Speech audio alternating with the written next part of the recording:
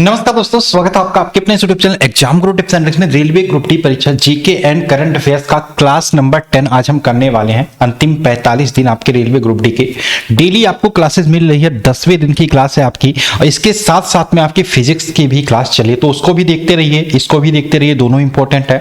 और I hope आपने channel को सब्सक्राइब कर लिया होगा, नहीं किया तो नीचे रेड कलर का बटन दिख रहा होगा, उसको क्लिक करके सब्सक्राइब कर सकते हैं। साथ में बेल का आइकन भी क्लिक कर लीजिएगा, जिससे आने वाले सारे वीडियोस के अपडेट्स एंड नोटिफिकेशन आपको टाइमली मिलते रहे। ठीक, और ये क्लास नंबर 10 है और चलिए शुरू करते हैं। और टेलीग्राम ग्रुप ज्वाइन कर लीजिएगा, लिंक डिस्क्रिप्शन में दे दिया। पीडीएफ मैंने सारे जो भी तक हुए हैं क्लासेस के आज मैंने सेंड कर दिए हैं और आगे भी आपको पीडीएफ में सेंड करता रहूंगा। जो भी क्लासेस होती हैं उसके लिए आपको टेलीग्राम ग्रुप ज्वाइन करना है। ठीक, चलिए अनअकैडमी पे बात करें, 10 नवंबर से कुछ नए बैचेस स्टार्ट किए जा रहे हैं जिनको आप ज्वाइन कर सकते हो, एनरोल कर सकते हो, जिसमें आपके फाउंडेशन बैच है सीजीएल सीएसएसएल सीपीओ एग्जाम के लिए, एसएससी सीपीओ एग्जाम के लिए 10 नवंबर से ये भी स्टार्ट हो रहा है। इसके अलावा अग्नि बैच बाई प्रतियोगिता मंत्रा एसएससी एग्जाम के लिए, और अगर जो हम देखें टीम ऑल स्टार्स बैच है एसएससी सीजीएल सीएसएसएल एग्जाम 2021-22 के लिए। इसके अलावा सफलता बैच है सीजीएल सीएसएसएल के लिए। ठीक, लक्ष्य बैच है सीपीओ एग्जाम के लिए, और अगर जो हम बात करें इसके अलावा सीटी एग्जाम के लिए ब्रह्मास्त्र बैच है। एक सबसे बेहतरीन बैच जो मुझे लगता है जीएस के लिए ऑल एसएससी एग्जाम, यार में एसएससी नहीं है, ये सारे एग्जाम को कवर करेगा जीएस के लिए, जब जीएस यहां से पढ़ लेते हो। ठीक,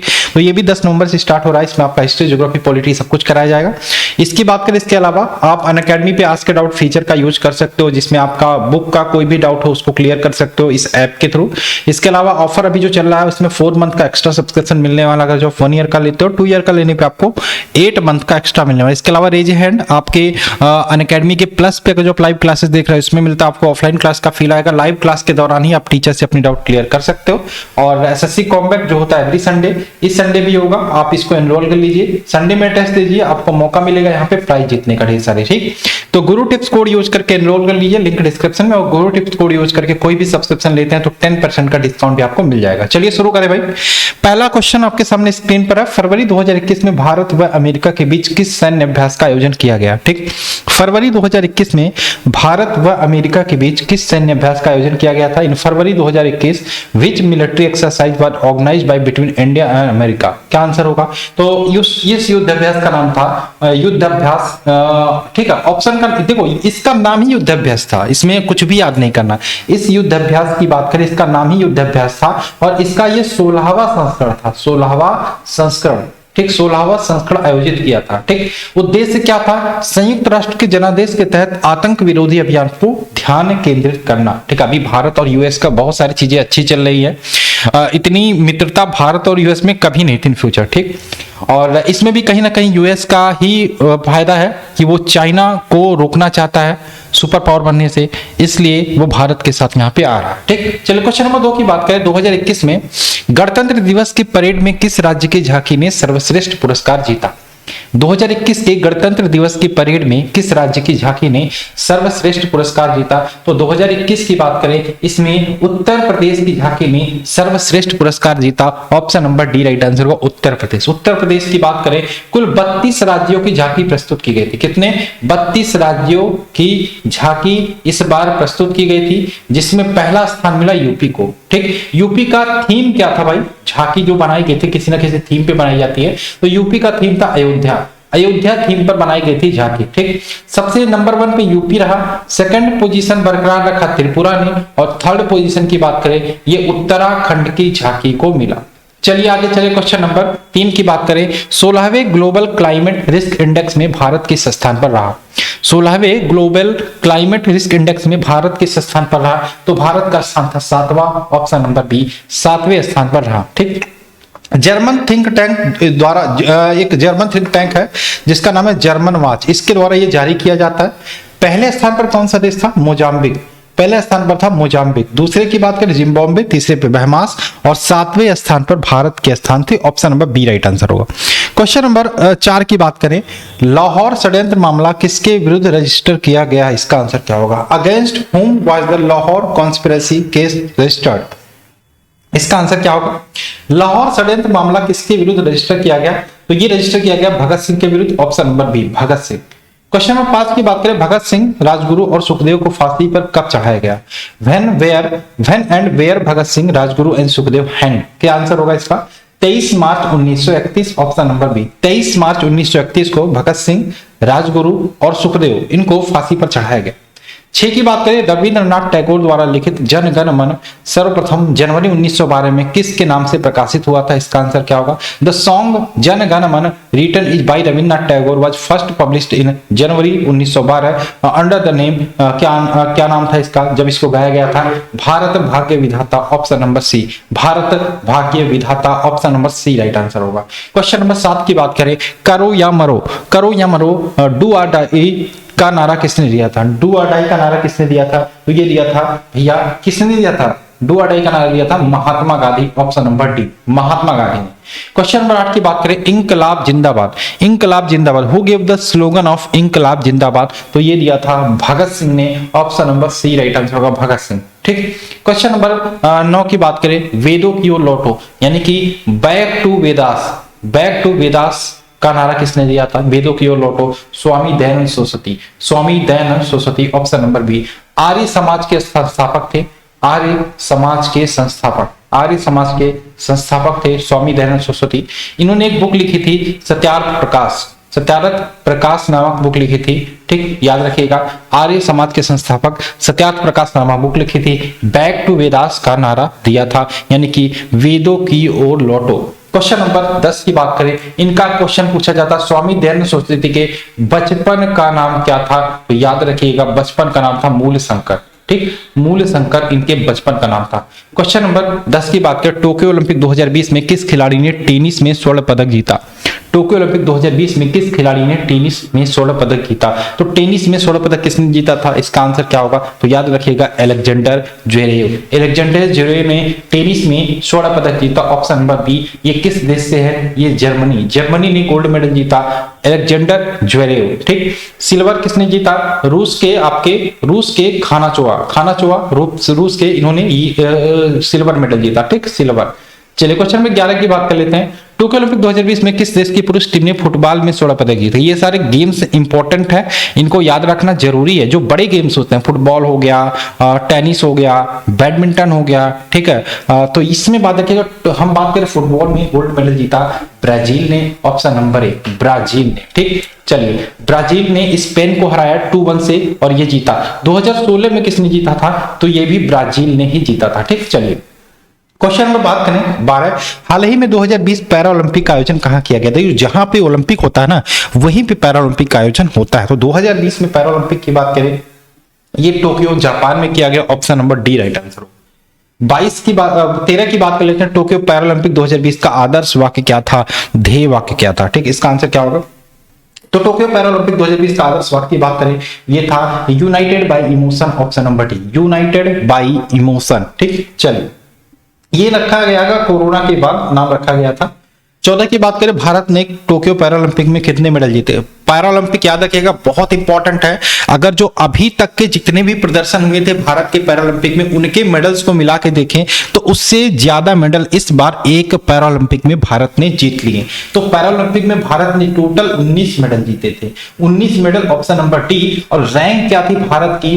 24। याद रखिएगा, 24 रैंक इसमें थी। और ओलंपिक के रैंक की बात करें तो इसमें कितनी थी? 48 रैंक थी। ठीक, 48 रैंक थी। इसका डबल, यानी कि 24 गुना 48 करोगे तो आपका ओलंपिक में रैंक आ जाएगा। ठीक, तो याद रखिएगा, भारत ने 19 पदक जीते थे और इसमें कितने गोल्ड आए थे? कितने गोल्ड आए थे? याद रखिएगा, कितने गोल्ड आए थे?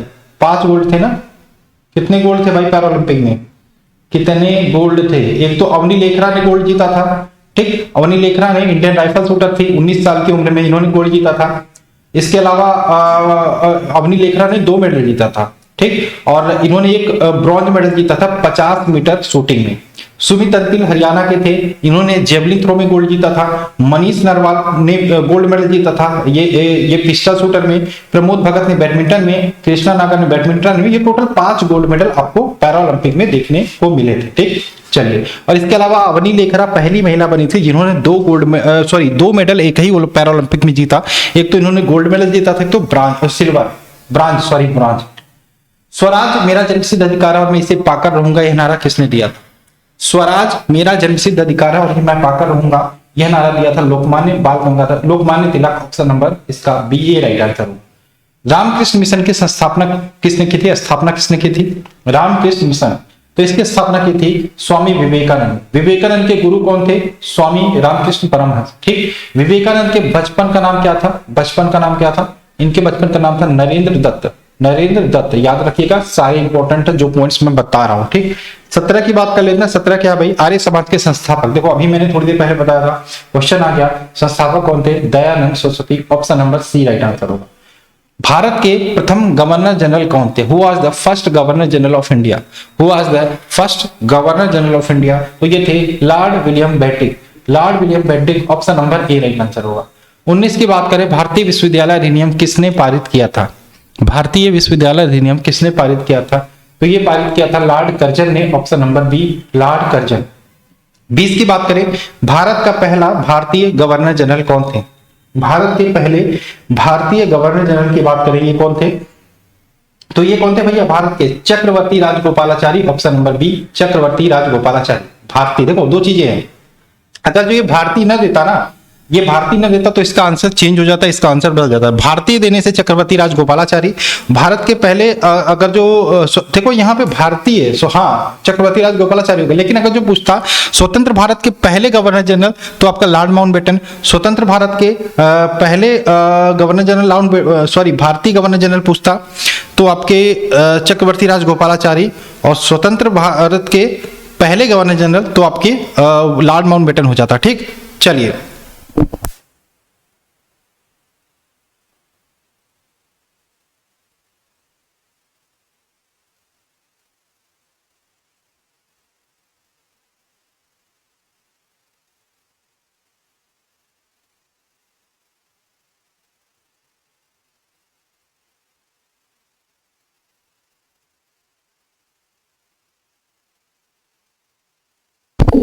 हेलो, भारत का पहला भारतीय गवर्नर जनरल कौन था? तो आपका चक्रवर्ती राजगोपालाचारी। ठीक, माफ कीजिएगा कॉल आ गया था। 21 की बात करें, पेप्सिन क्या होता है? पेप्सिन, पेप्सिन की बात करें, ये क्या होता है? इसका आंसर क्या होगा भैया? पेप्सिन क्या होता है बताइए? पेप्सिन क्या होता है? पेप्सिन एक प्रकार का एंजाइम होता है। Option number B, enzyme. ठीक, एंजाइम होता है। ठीक है, पेप्सिन क्या करता है भाई? ये भोजन को पचाने में मदद करता है। भोजन को पचाने में मदद करता है। पेप्सिन हमारा भोजन को पचाने में मदद करता है। ठीक, पेप्सिन ध्यान रखिएगा। चलिए, और पेप्सिन का कार्य क्या होता है? ये क्या करता है भाई? ये जो प्रोटीन होता है ना, ये प्रोटीन जो होता है उसको क्या करता है? पेप्टोन में बदल देता है। पेप्टोन में बदल देता है। चलिए आगे चले भैया, क्वेश्चन नंबर 22 की बात करें, पित्त का मुख्य कार्य क्या होता है? पित्त, पित्त का मुख्य कार्य की बात करें तो पित्त का मुख्य कार्य होता है पाचक में सहायता करना। ऑप्शन नंबर डी, पाचक में सहायता करना। और ये क्वेश्चन आता है भाई बार बार, पता नहीं क्यों पूछता, पित्त बनता कहां पे है? पित्त बनता कहां पे है? यकृत में बनता है। ठीक, पित्त जमा कहां होता है? यानी कि बनने के बाद कहीं ना कहीं इकट्ठा होता होगा, तो जमा कहां होता है? ये पित्ताशय में होता है। ठीक, पित्ताशय। ये दोनों पॉइंट याद रखिएगा। 23 की बात करें, जनन क्षमता में कमी या डिक्रीज्ड फर्टिलिटी किसके कारण होती है? किस विटामिन की कमी के कारण जनन क्षमता में कमी होती है?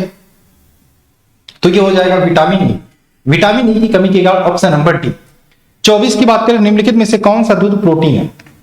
कौन सा दूध का प्रोटीन है? दूध का प्रोटीन भाई, दूध खराब किससे होता है? लैक्टोबैसिलस नामक जीवाणु से। दूध से दही बनने के लिए जिम्मेदार कौन होता है? लैक्टोबैसिलस।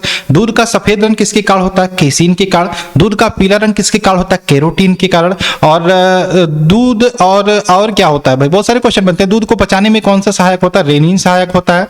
ठीक, और दूध में कौन सा विटामिन नहीं पाया जाता? विटामिन सी नहीं पाया जाता। ठीक, तो दूध में कौन सा प्रोटीन होता है? तो यहाँ पे प्रोटीन की बात करें, केसीन नामक प्रोटीन होता है। ऑप्शन नंबर सी। 25 की बात करें, किस विटामिन को हार्मोन्स भी कहा जाता है? Which vitamin is also called hormones? तो इसका आंसर हो जाएगा, क्या हो जाएगा? विटामिन डी को हार्मोन्स विटामिन कहते हैं। ऑप्शन नंबर सी। 26 की बात करें, फलों का अध्ययन क्या कहलाता है? फलों का अध्ययन, तो फलों का अध्ययन करते हैं एग्रोनॉमी के अंतर्गत। ऑप्शन नंबर इसका फलों की बात हो रही है ना, पोमोलॉजी। पोमोलॉजी, फलों का अध्ययन, स्टडी ऑफ क्रॉप्स। यार ये फल नहीं है, माफ कीजिएगा। फलों का अध्ययन तो पोमोलॉजी के अंतर्गत करते हैं, पोमोलॉजी, फलों का अध्ययन। ठीक, लेकिन एक क्रॉप्स दिया है इंग्लिश में, क्रॉप्स का अध्ययन एग्रोनॉमी के अंतर्गत। ध्यान रखिएगा, फलों का अध्ययन पोमोलॉजी और क्रॉप्स का अध्ययन की बात करें एग्रोनॉमी के अंतर्गत। ठीक, चलिए क्वेश्चन नंबर 27 की बात करें, निम्नलिखित में से किस जीव को किसानों का मित्र कहा जाता है? Which one of the following animal is called farmers friend? इसका आंसर क्या होगा?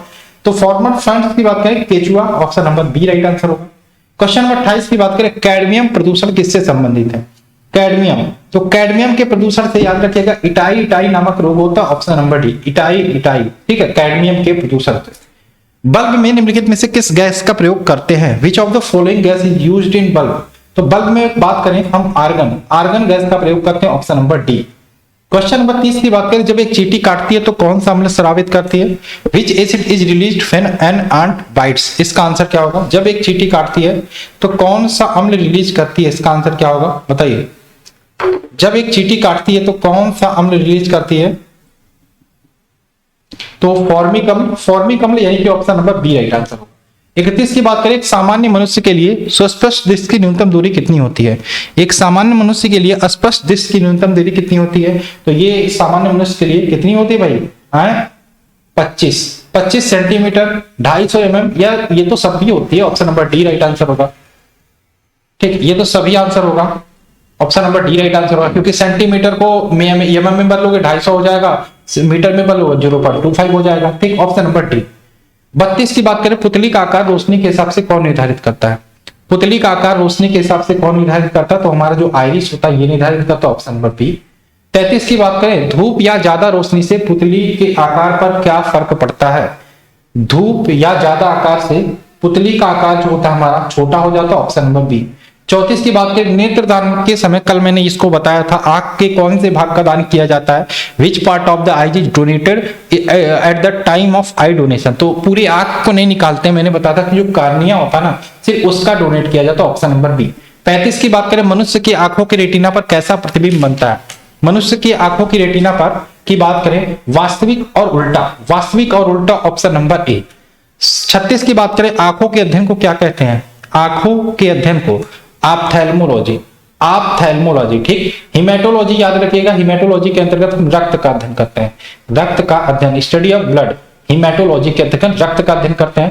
कार्डियोलॉजी के अंतर्गत हृदय का अध्ययन करते हैं, और ऑस्टियोलॉजी की बात करें, हड्डियों का अध्ययन, ठीक। तो सारे याद रखिएगा, ऑस्टियोलॉजी के अंतर्गत हड्डियों का अध्ययन, कार्डियोलॉजी के अंदर हृदय का अध्ययन, हिमेटोलॉजी रक्त का अध्ययन, और ऑप्थेल्मोलॉजी के अंदर हम करते हैं आंखों का अध्ययन। 37 की बात करें, आमेर का किला कहां स्थित है? Where is the Amer fort located? तो आमेर का किला ये आपको राजस्थान के जयपुर में देखने को मिल जाएगा, ऑप्शन नंबर बी। 38 की बात करें, दिलवाड़ा का जैन मंदिर कहां स्थित है? Where is the Jain temple of Dilwara located? तो दिलवाड़ा का जैन मंदिर ये भी आपको राजस्थान में देखने को मिलेगा, ऑप्शन नंबर ए। 39 की बात करें, पानीपत का प्रथम युद्ध कब हुआ था? The first battle of Panipat took place, तो 1526, आप सबको पता होगा, ज्यादा बताना नहीं है, फेमस युद्ध में से एक है। और 40 की बात करें, अकबरनामा किसने लिखी थी? अकबरनामा की बात करें, अबुल फजल ने लिखी थी, अबुल फजल ने, ऑप्शन नंबर इसका सी राइट आंसर। तो दोस्तों ये थे आज के 40 क्वेश्चन। आई होप आपको क्लास अच्छी लगी होगी, तो जल्दी से क्लास को लाइक करिए, अच्छे कमेंट्स करना शुरू कर दीजिए, इस क्लास को शेयर भी करिएगा भाई, शेयर करोगे ना? चलिए, और चलिए इनसे बातों से क्लास को खत्म करते हैं। पीडीएफ आपको टेलीग्राम पे मिल जाया करेगा। चलिए मिलते हैं नेक्स्ट क्लास में। जय हिंद दोस्तों, जय भारत।